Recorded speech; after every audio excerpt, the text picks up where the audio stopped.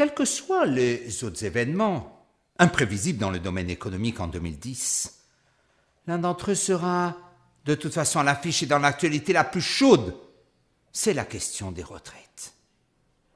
Les scénarios de tous les spécialistes de la question, quelle que soit leur obédience, convergent. Nous nous dirigeons vers des déficits abyssaux.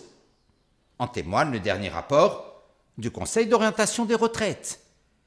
Malgré des hypothèses de taux de chômage bien optimistes et de taux de croissance de la même veine, il faut trouver 70 milliards d'euros pour 2030 pour financer l'ensemble des régimes et 100 milliards en 2050 contre seulement 32 milliards en 2010.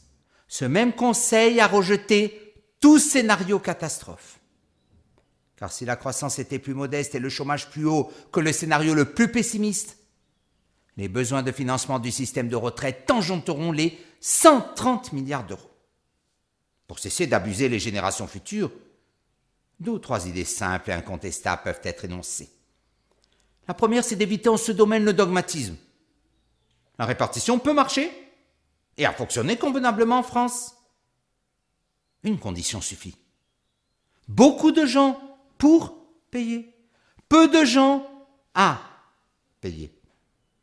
Lorsque dans les années 1950, 4 actifs cotisaient pour un inactif, et même lorsque dans les années 60, 3 actifs cotisaient pour un inactif, la retraite par répartition a trouvé son équilibre.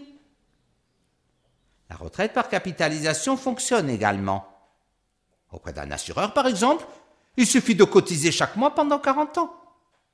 L'assureur fait travailler cet argent, lui permettant ainsi d'honorer les versements prévus par contrat de la retraite jusqu'au décès de l'individu.